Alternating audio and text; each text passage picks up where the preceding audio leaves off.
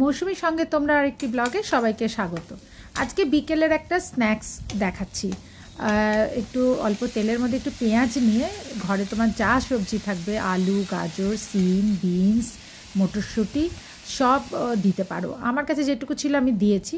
তারপরে একটু নুন দিয়ে আর ম্যাগি মশলা যে হয় না, ওই ম্যাগি মশলা দিয়ে ভালো করে সবজিগুলোকে ভেজে নেবে।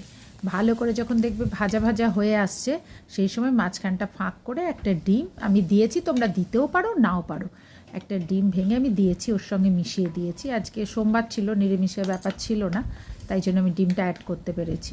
নিরামিষের দিন তোমরা পেঁয়াজ আর ডিমটা সরিয়ে দিও, শুধু একটু জিরে ফোড়ন দিয়েও করতে পারো, এটা সেমভাবে করতে পারো।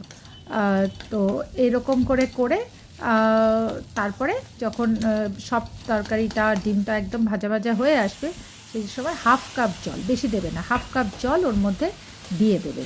আর চিড়েটাকে আগে থেকে ভিজিয়ে রাখবে না, চিড়ে একটু হালকা শুকনো খোলায় হালকা করে টেলে নেবে, নিয়ে ওটাকে স্ট্রেট দিয়ে দেবে ওইটার মধ্যে। এবার ওই জলটা যেটুকু দিয়েছিলাম ওই জলটা দিয়েই চিড়েটা সেদ্ধ হবে এবং গা মাখা মাখা হয়ে যাবে।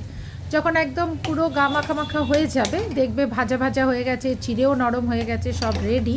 ঠিক সেই সময় একটু ঘি দিতেও পারো নাও পারো, আমি দিয়েছিলাম একটুখানি ঘি, আমি দিয়েছিলাম। তো একটু ঘি দিতে পারো, আর যাদের অপছন্দের জিনিস তারা দিও না। দিয়ে এই নেড়ে চেড়ে একদম সুন্দর করে নামিয়ে নিলেই তৈরি হয়ে যাবে কি বলবো, চিড়ের পোলাও। ঠিক ওই নয়, ট্র্যাডিশন মেনে নয়, একটু অন্যরকম ধরেই নাও চিড়ের পোলাও, বাট খেতে ভীষণ ভালো হয়েছিল। আমার বাচ্চারা খুব ভালোবেসে এনজয় করে খেয়েছে। তোমরা করে দেখো, কেমন লাগলো জানিও। আর ভালো লাগলে একটা লাইক, একটা শেয়ার আর একটা কমেন্ট প্লিজ। সবাই ভালো থেকো, সুস্থ থেকো, আনন্দে থেকো। দেখা হবে পরের আরেকটা ব্লগে।